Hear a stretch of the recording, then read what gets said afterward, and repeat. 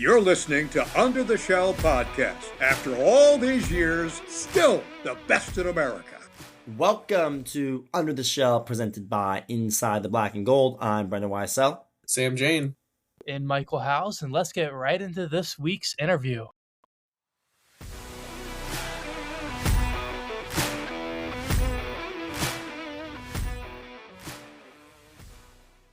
All right, this week's guest of Under the Shell has seemingly become the walk-off homer king in College Park. He blasted a solo shot on Saturday to run rule Indiana in 7 innings, and then a walk-off grand slam to defeat Indiana 8-6 on Sunday to give the Terps their first conference series win of the season. We have on Devin Russell. Devin, thank you for coming on. Yeah, thanks for having me. I appreciate it. Yeah, so first off, congrats on the Big Ten Player of the Week honors, the first for Maryland in over a year. But take me through that moment Sunday. You're stepping up, bases loaded, down 2. What was going through your mind then? Yeah, I mean, it was a weird feeling. Like once Stock and Dave got on, I knew that I was going to get up, and I kind of was just in the batters or the on deck timing up his fastball, and that was the pitch I was looking for. And I missed the first one he threw me, and then I knew if he threw me another one, I was going to get a barrel on it, and luckily I got the pitch to hit. When was the last time you had a walk-off homer before those two? I think I had a walk-off home run grand slam in high school, but it was a mercy rule, so it wasn't as cool. Yeah. Well, I mean, this team's been through a little bit of a tough stretch here so far this season. So, I mean, just how much pressure did that moment carry? And, you know, do you feel like that swing could change the energy of this season going forward? Yeah, I mean, I don't know about the swing, but I think the momentum of the game and kind of like the energy we've brought the past few weeks, or more since Tuesday and the 2 midweeks, I think that was a great start to the week. And then obviously Friday didn't go the way we wanted it to, but Saturday and Sunday were really big. And I hope that energy kind of springs us forward and we start winning a couple games. I wanted to ask you, you talked about the walk-off homer and the mercy compared to the, I would say more legitimate game winner. I feel like as a player, how weird was it to kind of end a game prior to the 9th inning and then follow it up the next day, like doing the exact same thing, but in a very different situation? Like, what was the contrast between the two moments? Yeah, I mean, I'll say Saturday was a great feeling. It was awesome.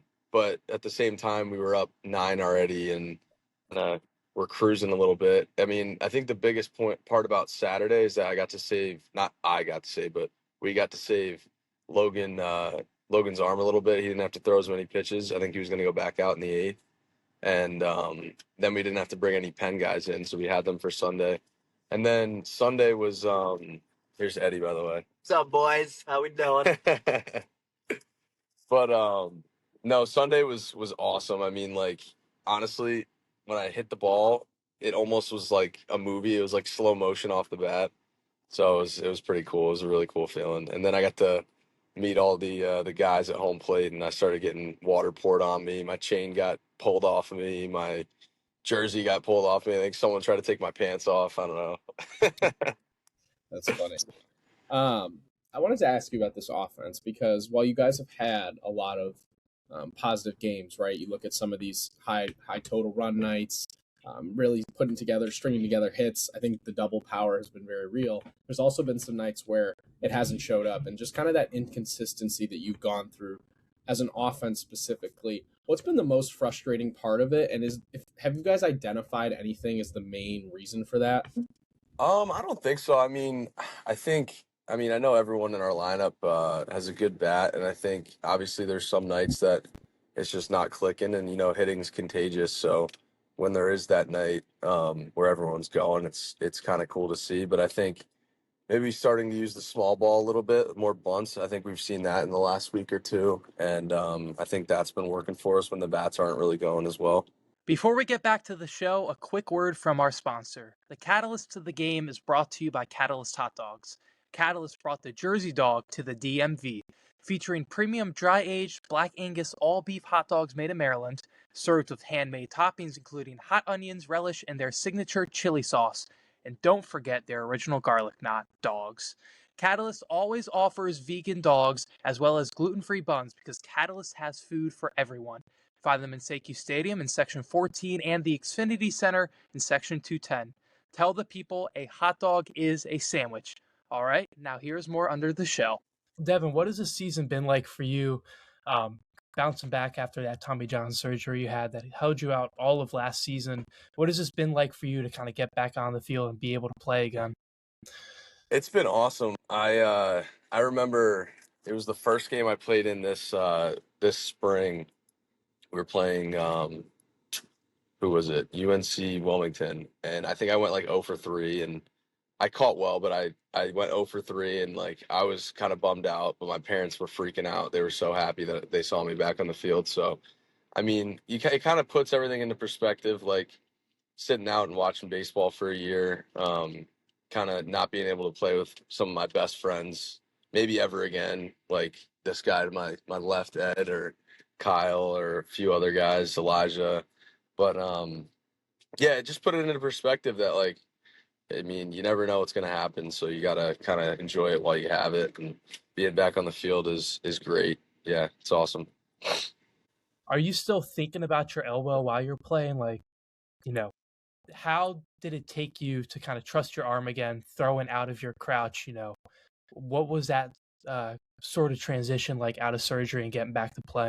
Yeah, so I think honestly, the majority of it was I stayed here in College Park for the summer and kind of focused on rehab the entire summer. I was here with TC and a few guys playing big train and a couple guys that also had injuries. And honestly, that was like the biggest thing for me is I had a schedule that I kind of could stick to and just go into the field every day and get better that way. But yeah, besides that, once I was actually back throwing, it obviously like the first few weeks it hurt a little bit, but yeah, I mean the way that TC had me kind of progressing and the doctor that I got my surgery with, it wasn't really anything that I was thinking about. And then especially I think it was like 8 or 9 months after my actual surgery that I got back on the field and played in the inter squad.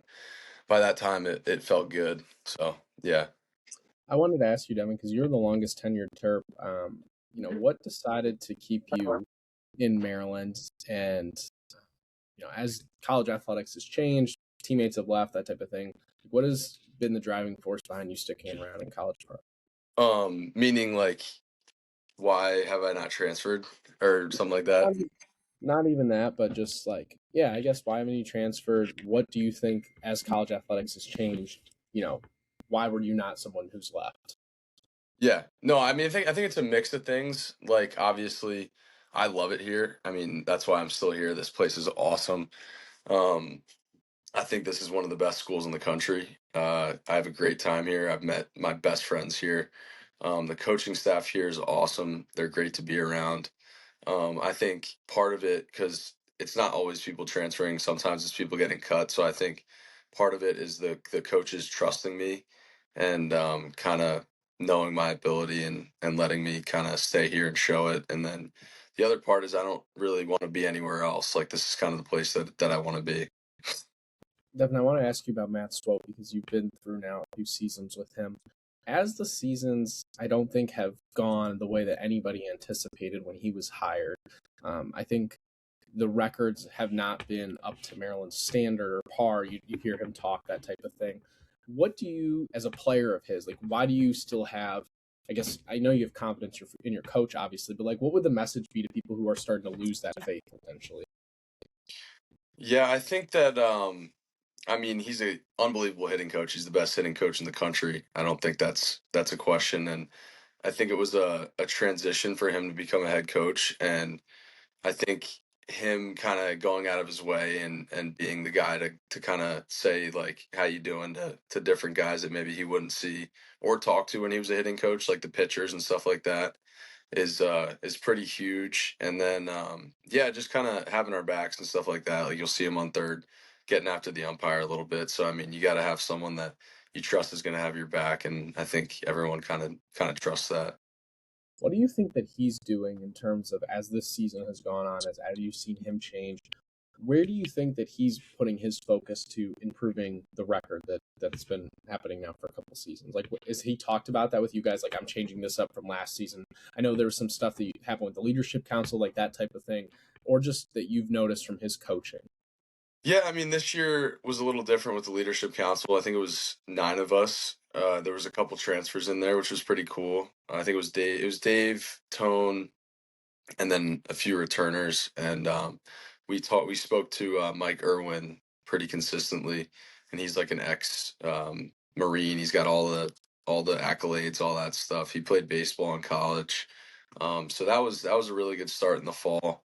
I think that was great. That helped us kind of figure out like kind of the leadership aspect of college baseball, which I think kind of gets brushed back a little bit because you're kind of, I mean, baseball's a team sport, but you're kind of thinking about your own performance some of the time. So I think being able to like kind of learn how to step back and kind of put your efforts toward the team, that helped a lot. What else? I think, like I said, him like kind of going out of his way to show an effort for the pitchers and stuff like that, that means the world to them and to everyone else, because you can kind of see it where they just want to, we all want to win for them, you know. So yeah. Well, there's 5 conference series remaining this season. It's a tight race to get back into the tournament. I think it's pretty wide open now too, but a lot of teams stacked right there. What is it for you guys that you guys got to do to sneak into the Big Ten tournament and get a postseason experience this season? I think I think we just have to keep the momentum that we have right now. I think we're in a good spot. Obviously, we probably wouldn't want to be low in the Big Ten right now, but we played a few really good teams. Like we played UCLA, we played USC back to back, and they're really good programs. They're having a good year, so that was a tough stretch. And now we're back rolling a little bit. This win against Indiana was massive. I think that this is going to be our turning point, and then we're going to start kind of winning as a team and all that stuff, which is, I think, everyone's hope, and I think that's what everyone kind of believes right now. Well, awesome. We're certainly looking forward to seeing how the rest of the season goes. Devin, thank you for coming on tonight. Yeah, of course. Thanks for having me, guys. Thank you. Yep.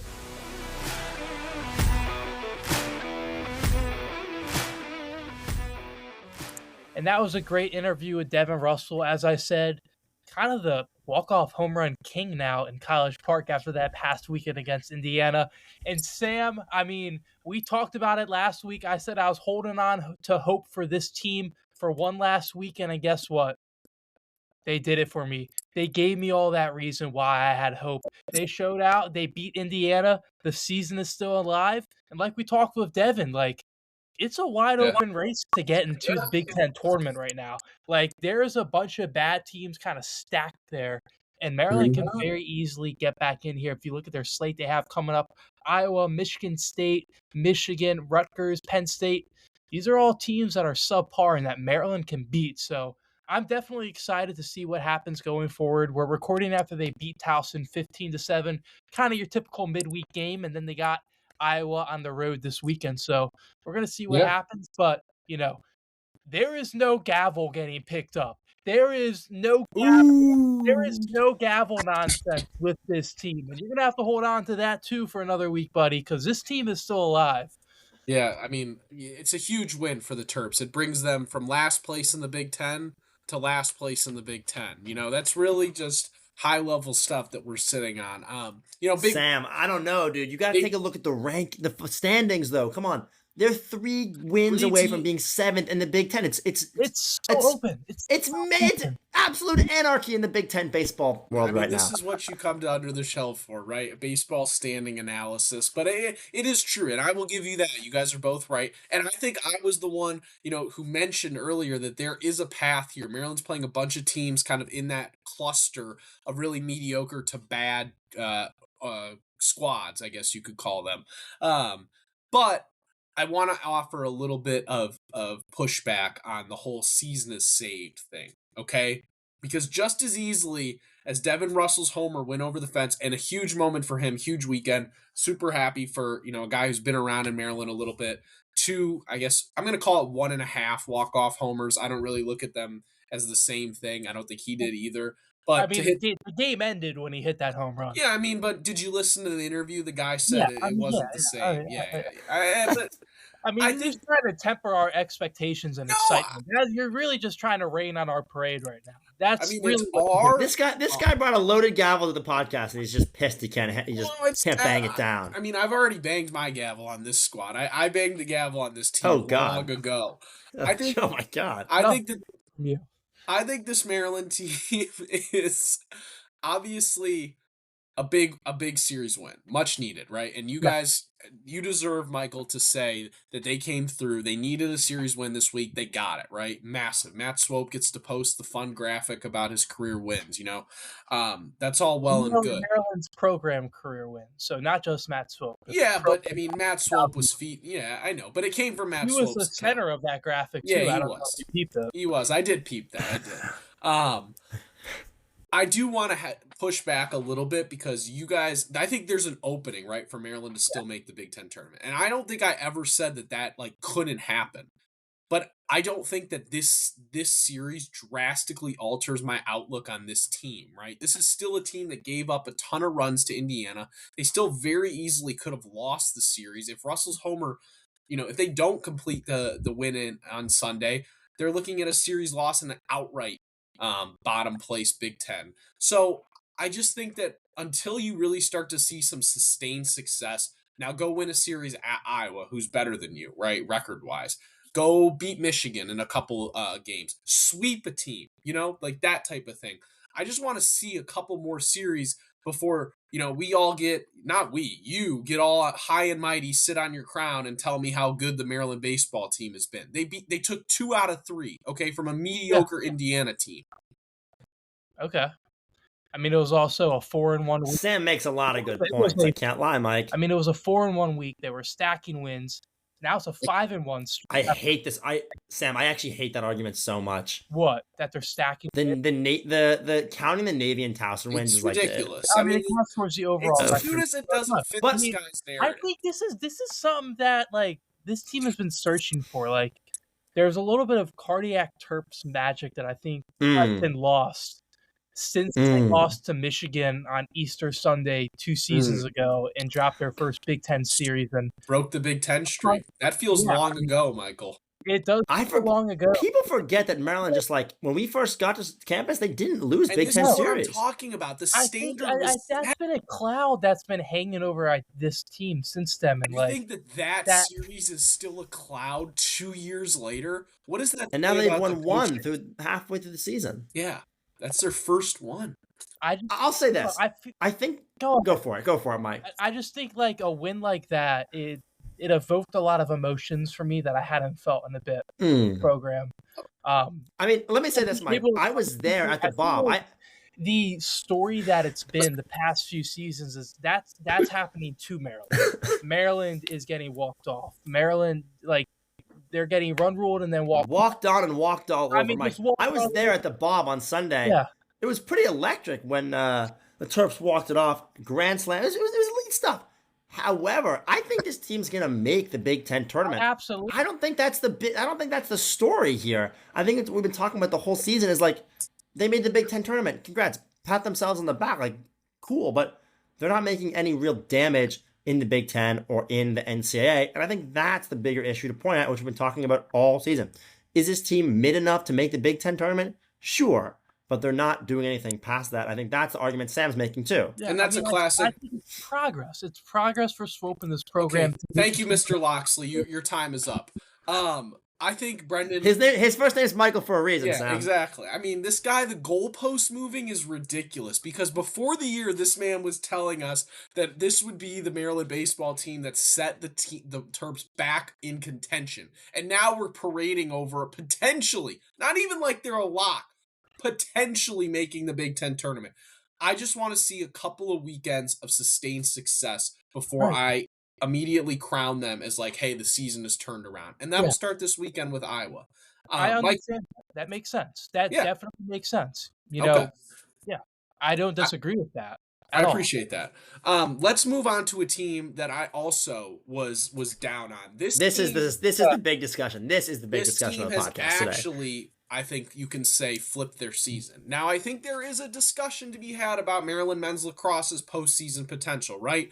But a massive, massive stretch of games ended with the Terps winning the Big Ten regular season. Which is A nuts. down year for the Big Ten. I think we should start off with that caveat. I think Yes and also no. It's mostly because they're just beating up on each other. Yeah. But yes, I see what you're saying. there's Like, not a clear-cut like top 5 team, I but think. Penn State had looked really good, and then they lost to Michigan in a game that no one thought they were going to lose. Like, it's just been, I just see what you're saying. But regardless, right? Obviously a huge success. I said that this team was done a couple weeks ago.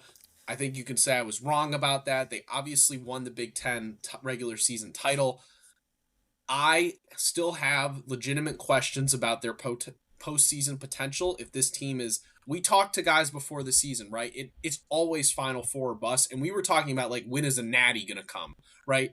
I don't think I would label Maryland as a Final Four like favorite right now. I would probably push back on that, Brendan. You seem hesitant, but I do want to first, before we get into maybe down the line their postseason projections, let's just give this team their flowers, right? A huge season turnaround, come back, win the Big Ten. It's very impressive. What do you think was the biggest catalyst for the turnaround be? I think it's super clear. That's what I've been saying the past couple weeks. It's defense. Brian Ruppel's been playing a lot better. He had an outstanding game. I mean, 8 saves on 10 shots. He only allowed 2 goals. It's been the defense. It's been their ability to control the ball and control possessions. And for them, that's been super, super important. I mean, look at this game against Rutgers. They obviously blew them out 12-2. Jonah Carey went 4 for 8 from faceoffs. Henry Dodge went 8 for 10. That's the difference in the game. When you have 2 of the best Fogos in the country, they've been playing like that really these past 3 weeks. That Ohio State win was what flipped the switch for this team. I really think. Yeah. If they lose that game in overtime, their season's pretty much cooked. I agree. They've been controlling possession much better, and they've been playing much harder out of the gates. That's been the simple thing. It seems easy to say, but defensively, they went down 1-0, and then they went on a complete tear in that Rutgers game. That Rutgers had absolutely no chance. Maryland scored 9 unanswered. That's been the big thing. The offense has clicked a little more. They obviously were injured earlier in the year. We talked to him last week, but Riley Reese has actually been a huge part. Definitely the unsung hero of this team. Nobody would have thought that he would be the guy making so many big plays defensively. Definitely, embodying that next man up mentality. The fact that they won the Big Ten, not something I ever would have predicted heading into Big Ten play, but they did it, and they did it in very impressive fashion. And it's the way they won this Rutgers game. Rutgers is a team that was ranked in the top 25. They're probably right on the bubble, probably outside looking into the tournament, but they didn't beat a tournament team. They embarrassed the crap out of them, and that to me is why I think they're going to have a very good shot to make the Final Four, like they always do. Yeah, fair enough. I think you look at this team.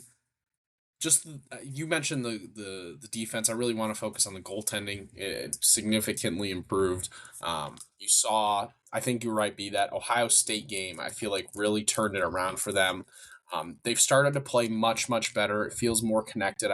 I balance just in, we talk about connection. What does that actually mean, right? It's like you're going to have your best players, but how can you show versatility, scoring depth? And they've clearly displayed that in recent weeks. 6 goals in the second quarter. I mean, that's just a dominant stretch. So yeah, I mean, there's not really, we have a couple of weeks now. Maryland won't play in the Big Ten tournament until I believe it's the 30th. They'll play the winner of the 4-5 seeded game. Which is I want to say. Well, it depends on how it all shakes out, but yeah, right. It'll depend, yeah. Yeah, the Big Ten is. I mean, there's 4 teams. They still have Hopkins this weekend. Obviously, the huge rivalry game playing for the Crab Trophy. That game doesn't matter quite as much, but it does actually matter a lot for their seeding in the NCAA tournament. They beat Johns Hopkins and pick up a win in the Big Ten tournament. This team probably has a first-round bye and is probably hosting an NCAA tournament. When 2 weeks ago, they were probably on the outside looking in. Before the Ohio State game, Maryland was not projected to make the NCAA tournament. They put 2 wins together here against a team. It's possible they get someone like Rutgers again when they actually play in the Big Ten tournament because of how the Big Ten's been. It's all the teams are beating up on each other. They can get a team they already play. They can get a team that hasn't been playing quite as hot. The Johns Hopkins game is going to be huge, as it always is. It's been a lower scoring game in the past couple of years. I'd kind of expect it to be the same, just the way Maryland's defense has been playing. I like Maryland to beat Johns Hopkins and finish the Big Ten with only one loss, something I was not expecting. But the way this team has looked cohesively, I like Maryland to win that game down in Baltimore. Yeah, it'll be massive too. I mean, you mentioned NCAA projections. Right now, Johns Hopkins slots ahead of them on the RPI. They're 6th. Maryland is currently at 10. So they're getting a head-to-head win this late in the season would do wonders for that ranking. Yeah, that's most of our news on men's lacrosse. The PLL draft was today. Maryland had 5 guys selected. Will Schaller, despite being injured, got selected. Eric Spanish, Leo Johnson, Eric Kola, and Braden Urksa all selected in the PLL draft. I would expect all of them except for Schaller to end up going and playing in the PLL. So a lot of good momentum for those boys. Let's talk about the women's team. Still one of the top-ranked teams in the country, but they couldn't get over the hump. They couldn't beat Northwestern. The thing that's been happening to them the past 4 years, they play Northwestern every year. It seems like pretty darn close, and they just can't beat them. There was a bit of controversy in that game. Lauren Lapointe got pretty much blindside. I don't even know if the word is checked or tackled, and there was no penalty. What really should have been, upon further review, an ejection for Northwestern was not called. Lapointe left the game. She did end up returning. Maryland was in control of this game, and Northwestern got hot at the right time. Maryland scored the first goal of the fourth quarter, but then Northwestern scored 4 straight to go up to 11-8. Maryland scored 2 goals down the stretch, but was not enough. Maryland lost by 1. This team is probably not going to go undefeated all year. You can look at it from that angle. JJ Soriano had 12 saves on 23 shots. Kayla Gilmore played her best game of the year, had a lot of goals in that first, had 3 goals overall, a couple goals in that first half. It was bound to happen, but they are just a little bit snake bit by Northwestern, I can't lie. Yeah, Northwestern is kind of the female version right now of the Maryland men's lacrosse team. They've won 5 in a row, including beating North Carolina, like we mentioned last week. So they're playing good. I wouldn't be too dismayed by this loss. The one thing I would mention is they've now been outscored in the fourth 3 straight games, which is slightly concerning as you look at it. And they have a tough schedule in terms of they're not going to play a home game for a really long time. I read that if they make it all the way, in the Big Ten tournament to the finals, they'll play 5 straight road games until they get to return back to College Park for that opening NCAA tournament contest. So super interesting stuff. I'm not worried at all about this team. I still think Not at all. that they are, if not the top team in the country, one of the best. You're going to have, like Brendan said, it is really hard to go undefeated in the regular season. And while it sucks to lose to Northwestern for them, right? Like, you hate it. I don't think it's the worst thing that Kathy can kind of use that as a little bit of motivation. They have another ranked game on Thursday against Michigan. That'll be a fascinating matchup. Maryland has Michigan, Maryland, and Northwestern, I'd say, have been the top teams in the country, or top teams in the Big Ten, I should say. Also in the country, I think they're all ranked in the top 5 right now. Michigan's 11th, but 11th. Okay, they must have dropped. They must have lost and dropped. But lost. They've been very good. But they're right up there. Yeah, exactly. So this will be a huge matchup. And then they play that Saturday. They'll take on Ohio State, who's not as good. So we'll see what happens. We'll preview the Big Ten tournament, which will be next week. But before we move on, what's your last projection here on this weekend? Yeah, I mean, they can get right back on the horse and get a huge ranked win against Michigan. Here's the thing. I mean, Northwestern still has to play a very solid Michigan team to end their season. If Maryland beats Michigan and beats Ohio State, they could still win the Big Ten title, which is something that would mean a lot for this program, who just hasn't been able. They wouldn't have beaten Northwestern in the regular season, but winning the Big Ten title, regular season at least, over them would still mean a little bit. So there's still that outlook. They take on Michigan in Ann Arbor. It's going to be a tough game. I like Maryland to win it, but it would not shock me if Michigan comes out of the gates and has a little bit more energy than this Maryland team.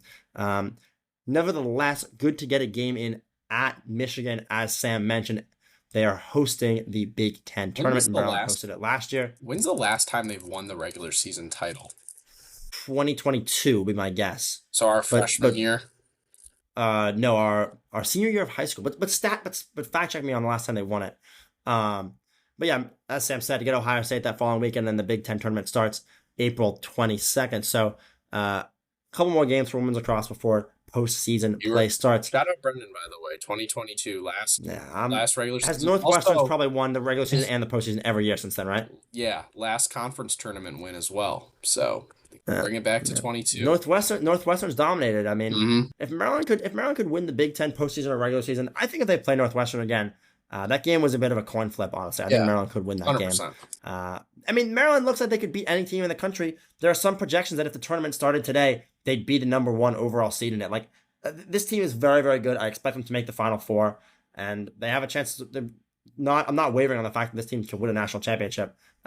Just stings to lose to Northwestern, and they know they definitely feel that. But that's all we got on lacrosse. Obviously, a bunch of news for men's and women's over the weekend, and some other news has started to trickle in, and that's from the transfer portal from men's and women's basketball. Mainly on the men's side, so far they brought in 2 transfers, one a bigger addition than the other. But Sam and Mike, break down who Maryland men's basketball has brought in this past week. Sam, you want to start this off? I want to hear what you think. Yeah.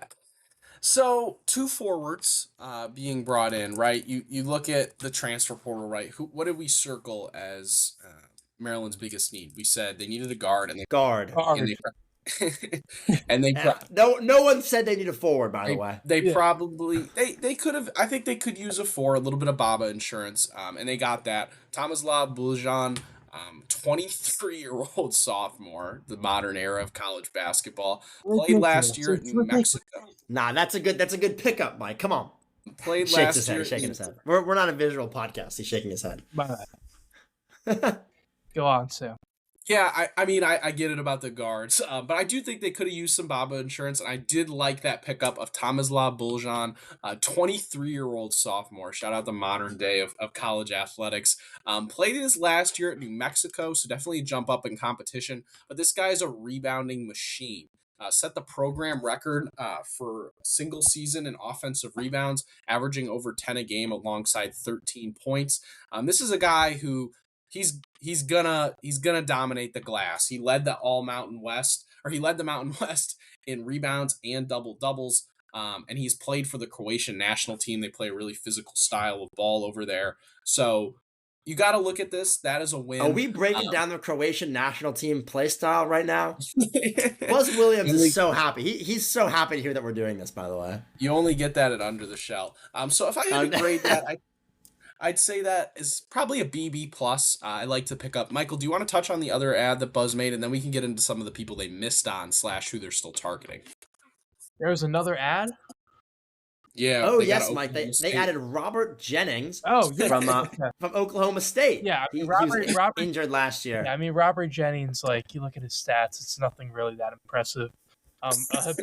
A guy who habitually uses the transfer portal. Not really. I mean, he's only transferred twice. I mean, this is gonna be a 3rd team. Yeah, that's nothing in today's era. Yeah, I mean, Mike, habitually use the transfer. There's some guys doing 6 schools in 5 years. I mean, come on. If Robert Jennings has to play serious minutes for Maryland basketball this year, it's a problem. But he has the most buzz stat line of all. Like, he just looked like 5 points, 3 rebounds. Like, I mean, he's a buzz guy. He's a good bench piece. You want somebody to go in there and. I don't think he's a good bench piece at all. I disagree. I don't think he's a piece. In an ideal world, this guy never sees the floor. He played 3 games last year, guys. He was injured. He's a good. I know. That's what I'm saying. He was injured, and then the year before. Like, it's not like he was so hot in the, he played. What do you think this guy's getting paid? Nothing. Nothing. $250. I mean, he's a good end of the bench piece. My bad. Yeah. No, I respect that. Shout out Robert Jennings. He's going to be sitting. Games on the line. You need a rebound. You want Robert Jennings. You want Colin Metcalf, Mike. Yeah, speaking of the transfer portal, Nick Blake. This is degenerate. Nick Blake uploaded some practice highlights. I thought he looked pretty nice. Oh my gosh! Hey. Oh my God! I know. Mike, you would look good in practice tape. Brendan, I know you watched that clip too. You know what's funny is I watched every second of that clip. He was cooking. Let's talk though about that. they've Wait, picked up speaking of people exiting, picked up- Alex Alston's in the transfer portal. I'm disappointed. Shout I out like Chaotic. Alex Austin. I had him. I thought he had some potential. I did. I liked his size. I kind of liked his frame, and maybe he could have Shout been out outside more. Chaotic Podcasting. We went from talking about Nick Blake to Robert Jennings to Alex Alston. Isaiah Watts also officially in the portal. Yeah, we knew That's that a was bummer coming. too. I mean, Let's a give lot the of guys are people leaving. what they want to actually hear, which is who Yeah. Maryland is. Give me some hot potentially- gossip. Give me some hot gossip. Yeah, I mean, who Maryland. It sounds like Adams is coming back, so that's Yeah, Darius Adams that's a seems plus like for them. definitely coming back. So who is Maryland looking at? Right, the names that they've been connected to. You've looked at Caden Mingo, a Penn State transfer. These are all the guards because Maryland has really struck out on a lot of the top point guards. Pretty much anybody that you would have thought Maryland was in the mix for. The kid from LSU they looked at, some kids from the mid majors they tried to bring in. None of them ended up at Maryland. So who's left, right? You look at this and you're like, dang, people are committing left and right. There's still a decent amount of options is the good news for Buzz. You got the kid from Penn State. He was one of the better freshmen in the Big Ten on a really bad team. I think he'd be a nice pickup. His brother, the number one point guard, according to some outlets in the class, just decommitted from North Carolina. I don't think Maryland has the money for a package deal. Mingo, the brother, is going to be commanding a ton of money, and his other sibling will also be doing the same. But how cool would that be? That'd be sick. I don't think it's happening. I think you'd be hoping to get one of them and just hope that another school doesn't have the money to throw, them a massive bag. Other targets. You're not a big Bishop Boswell fan. I'm not a big Bishop Boswell fan, but that is somebody that Maryland's looking at. Shooter from Tennessee, that's all he does is shoot. He shot around 38-39% from three, but I watched a couple of Tennessee's tournament games. Not a buzz guy. This guy was running cardio. He really has no offensive skill set. I think his defense, Tennessee's always a good defensive team, so you kind of can count on him slotting in. But if he's their big guard pickup, we got problems. The last one is Jalen Cox, who I think is really solid. Kid from Colgate.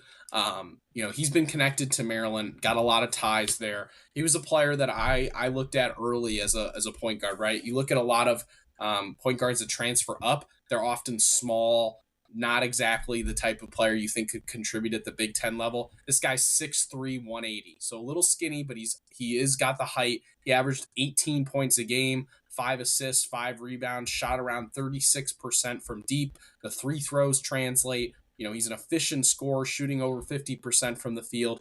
I really, really like this kid. I think he would be a really nice pickup for Buzz.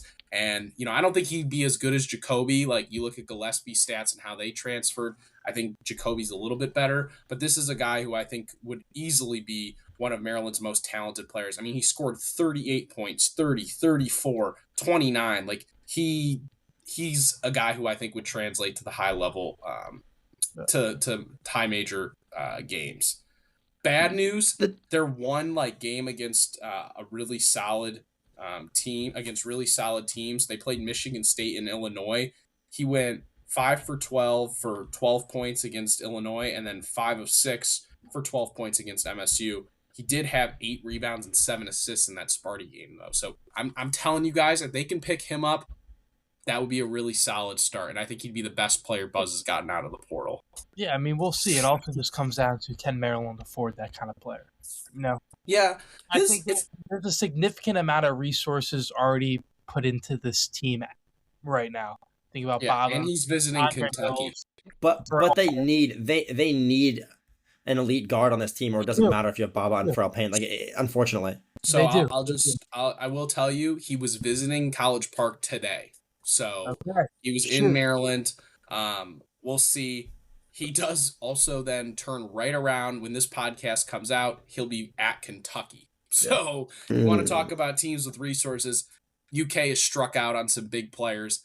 If they have the money, they can outbid Maryland absolutely. So if they really want this guy, Maryland, I would doubt gets him. But I hope the visit went well. That would be a huge landing spot for Maryland. What about that? I don't know this guy's name, but what about the center who went to Bullis from UConn? Any chance that guy comes to Maryland? Probably too loaded, right? Eric Revy. I don't think you really. I think you're kind of done targeting front court guys, at least with the money that you have, right? Like Payne and the Croatian guy they just picked up, obviously. You need a backup big, but you don't want to spend your money. Eric Rebbe's going to be wanting to play starting level minutes and commanding that type of chunk of change. You don't want to, devote your resources to that, I would say. Good shout, B, but I don't think that. I just thought the Bullis connection. Maybe I couldn't remember his name. Yeah, I just well, I remember mean, I saw. Buzz doesn't care about Maryland No. It's true. guys. Like, But maybe they care, but unfortunately, it seems like that might not be the case. But I do have one question really quick for you guys, and this is kind of an interesting one. The NBA season just wrapped up, right? And you look back at on all the Terps who've played now, and NCAA season. Jacoby Gillespie was awesome for Tennessee. Rodney was hurt the whole year, so it's hard to say. But he was nails. He was really good early. Juju Reese, all of a sudden, became Dennis Rodman for the Wizards. I mean, what the heck is going on with that It's guy? not- it's- what the it's not- heck was that last year? I'm not It's not trying hard. to hate, but at the same time, Yeah. he's playing minutes for a Wizards team that's actively trying to lose. But if So- you could tell me Juju Reese was playing legit NBA minutes this year, Yeah. I would have told you you're crazy. And then DQ had an up and down rookie year, but I think by all accounts, you have to feel optimistic about kind of his future. I think Yeah. a lot of people criticize Derek because he's tied to that trade. But if you separate the two, Yeah. right, I think he had a perfectly fine rookie year. So my Yeah. question is, right, the Crab Five was awesome, no doubt about it. Great year to watch as a follower of Maryland. But it's very simple, guys. Did Kevin Willard underachieve last year with that Yes. roster? 1,000%. Completely. I mean, it's And a do you joke. think Maryland fans take away all the bullshit that happened with Willard down the stretch? Say he was back in College Park this year in this crazy land hypothetical. Do you think they'd be saying the same thing? Probably. I mean, you got to assume. I think Jacoby is leaving either way to go to Kentucky. I'm just talking. Maybe- Take the season in a vacuum, Mike. It's a good question to ponder on. You had they were a 4 seed. They were right at Yeah. the top of the Big Ten. I the mean, they absolutely underachieved. I think they did too. Even without the stuff that happened with his exit, like the roster that they have, you have two guys playing real NBA minutes. You got another guy who's an All SEC player, another guy who probably would have been an All Big Ten guy. Then your fifth starter, we didn't even touch on. He's Sutton Miguel. Yeah, I mean he played pro ball. He's a shooter. The no bench killed them, and then really just the buzzer beaters, right? You flip a couple of those games around, and that team is probably a 2 seed or a 3 seed, and they don't have to play Florida in the Sweet 16. Because I don't think that Maryland team. I don't think it's fair to say they should have beat Florida. Florida was a buzzsaw. They were really good. But you wish they would have played better in the regular season or at least won more so they didn't have to face a 1 seed until the Elite Eight, the Final Four. You know what I mean? You kind of said it too, though. A lot of those losses were end of the game. They were. Scenarios Oh, that season was so frustrating. So it's such a good question, I think, it's because tough. it's tough. it was a great season. The answer is yes. The answer is yes. They underperformed because of those buzzer beater losses and the fact that roster is now really, really, really solid. But the issue is they did not have a 6th man on that team. If you put Andre Mills on that team, they might be a 1 seed that year. Honestly. I think we're hyping up Andre Mills a little crazy right now. All right. No, all they right, just all right. they just needed someone. They needed a dog on that team that could do something, Yeah, and they didn't have it. you're saying You're not a JG big wasn't- Jordan Geronimo fan. Yeah, huh? not a big JG guy. I mean, friend of the pod, only Maryland basketball player. Well, Selton too. Yeah. But Selton. But one of the Jordan might have been the only current player we ever had on. Jordan wasn't a current. Oh, yeah, The only player that was actually actively on a roster at the time that joined our podcast. Yeah. Shout out JG, friend of the pod. Talked about the trip to Italy. Tough Yeah. to get a Maryland men's basketball player on. Everybody has a podcast. Everyone's got a podcast. Including us. We got a podcast. Hey, I mean, you got to respect that. Everyone does have a podcast. I that was a very podcast-y question, but I wanted to ask you guys. And if you guys see this clip, shout out Audrey, she posted. I want to hear your thoughts because I think it's a very interesting and fascinating thing to think about, as Michael pointed out. We've been talking for a while. Let's really quick hit up women's basketball. Not a ton of news, Brendan, but can you just kind of give us a recap on where we stand in the portal? It's been it's actually not been super exciting for women's basketball. I don't think anybody's entered that we didn't talk about last week. The biggest thing is the big name that was tied to possibly have been in College Park this past week or visiting is Audie Crooks, the Iowa State senior, or I believe maybe a junior actually, Junior. the center junior, yeah. Iowa State junior, the center, pretty much known around the country, beat Maryland in the NCAA tournament a few years back. The whole Iowa State team is pretty much in the portal. Frieza's radar. Obviously, she's super talented and down low can completely change a game. If you have some guards to put around her, can make a matchup nightmare for any team. Would be a big get for Maryland. I don't think it's going to happen, though. It's What not do you guys happening. think? It's not happening. I think Maryland is definitely in the mix. I think Maryland is in the mix. Whether they have the money to make that happen, I don't know. I don't think so. I would be pretty shocked, but I could be completely wrong. I mean, that's the player they need. That's kind of the post player. I'm not saying they don't need it, Michael, but I never said they don't need it. I need $1 million, and I can't just conjure it up randomly. Yeah, I mean, Audi might need two. Honestly, yeah, probably. We'll see. It'll be very interesting. They've also hosted sophomore Tilda Triger, NC State player. She had a solid year. A very solid post threat. I think that would be a great pickup as kind of a more mobile, athletic big. You guys keep talking about the low post player, right? And I think Maryland, obviously, they haven't had that on. We talked about it last week. They need one. Yeah, they do, but Brenda's not. Her style is not like we're gonna throw it into the post 20 times a game, right? Like that's just not. Like that's not her style. It hasn't been. No, but you can't have Sailor Poffenbarger and Yardad Garzon rebounder. Absolutely not. But you can't have a 6'6" player from NC State who averaged around 11 points a game, 7 rebounds, but also showed that she's got some mobility. She can shoot it a little bit, 34% from 3. She came here for a visit. I think it was last week. I would really like that pickup if they can't land Audie. Why can't Maryland get both of them? If they got both of them, they might win the national championship. Yeah, I mean, think about it, because Audie Crooks is not going to give you a ton of minutes, but that would be huge if they got both of them. I don't think it's going to happen. Audie Crooks, as much as you can like she's obviously a bigger forward. Like this is still an incredibly talented player. I mean, she's averaged 26 points a game too. Oh, yeah. I mean, she is one of the best players in college basketball. I don't think it's happening. I don't. I agree. I don't think it's happening either. You gotta be realistic, right, guys? Like the portal is obviously a money thing. Notre Dame, I think, is probably very much in the mix. Pairing her with Hannah Hidalgo, we'll see though. Enough Audie Crooks talk. I do think that the NC State transfer would be a really nice ad. Shout out Terp Talk. She gave a good analysis of it. So that's it for women's hoops. We'll keep you updated on what goes down in the portal. All right, let's talk softball real quick. Maryland softball. Episode, Brendan, give us terrific Terp. No, come on, come on, dude. Give me 30 seconds of softball. What the heck, dude? Come on, really? This is one of our last episodes under the show. What? We're not gonna let me talk softball. Go ahead.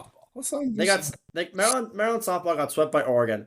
They have 8 games remaining on the season. They have a midweek against Howard and Delaware, and then they play Illinois and Michigan State, 2 of the worst teams in the Big Ten to end the season. They have 6 conference games left. How many do you think that they win? 1. Nice, Mike. All right, I agree with you. One or two to end their season with probably either 2 or 3 conference wins. Disappointing, and that's all I have to say about softball. So thank you guys for yielding me those 45 seconds. For as much as Sam talks about Matt Swope, bro, like Lauren Karn is more so in line to get fired than he is. Yeah. Yes, but I agree with Mike. But also like their expectations are not the same as baseball. Like, it's a completely different argument. It's like comparing men's and women's soccer. Like we know what we're doing here. I mean, that's like basically what? That's like. I think it still goes volleyball, out of conference Adam Hughes, then Lauren Karn. Adam Hughes mentioned at 11:15 p.m. recording. We're probably the only podcast. We're the podcast in the country the most that talks about Adam Hughes. We're the podcast in the country the most. Shout out Brendan. Yep. Hey, I told you it's 11:15 p.m. recording, dude. What do you want from me? Let's get this guy back on script, and the best way to do that is to let him serve. Yeah. Well, I mentioned it earlier, many hours ago, it seems at this point. The PLL draft was today, so let's take a look. I really can't speak right now. Let's take a look back at one of those guys from Maryland who actually played in the PLL, and still does, actually. This week's Terrific Terp is a Maryland native who actually didn't start his college career with the Terps.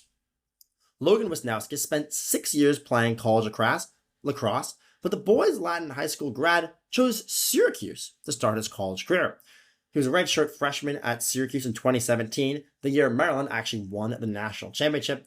Pretty sure he saw that and said, let me get back to my home state. He started every game for the Terps that next year in 2018 and posted 35 goals and 15 assists. His 50 points that year was the best ever as a Maryland, or was the second best ever as a Maryland freshman. Next year he scored 44 goals, and then in 2020, he led the team in points and goals before the season got interrupted by COVID. After that season, in 2021, he scored 41 goals and had 31 assists. And that year, despite scoring a season-high 5 goals in the national championship game, Maryland came up short. Finally, in 2022, during his final year in college, Wisnauskas won the Torton Award and a national title. That season, he scored 61 goals and had 42 assists. He left the Terps as Maryland lacrosse's all-time leader in points and in goals. He was drafted by the Chrome in the PLL and then became a 2022 and 2023 PLL All-Star. He is currently on the Denver Outlaws of the PLL and also an assistant coach at Brown University. The incredible Maryland lacrosse star is this week's Terrific Terp. Another great Terrific Terp by Brendan to round out this episode. As always, get a Catalyst hot dog this week. You can check us out on Instagram, Apple Podcasts, Spotify, YouTube, Twitter, TikTok, anywhere you want to find your podcast. Have a great week. You're listening to Under the Shell Podcast. After all these years, still the best in America.